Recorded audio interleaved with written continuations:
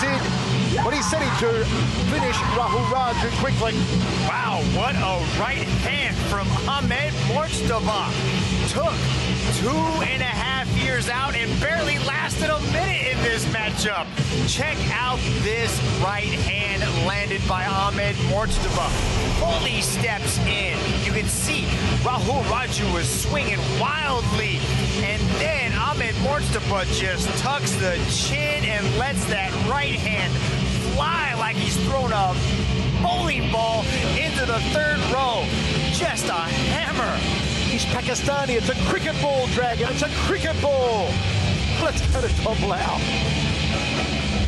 Ladies and gentlemen, your referee has called a stop to this contest for your winner by way of knockout, Ahmed Mujtaba.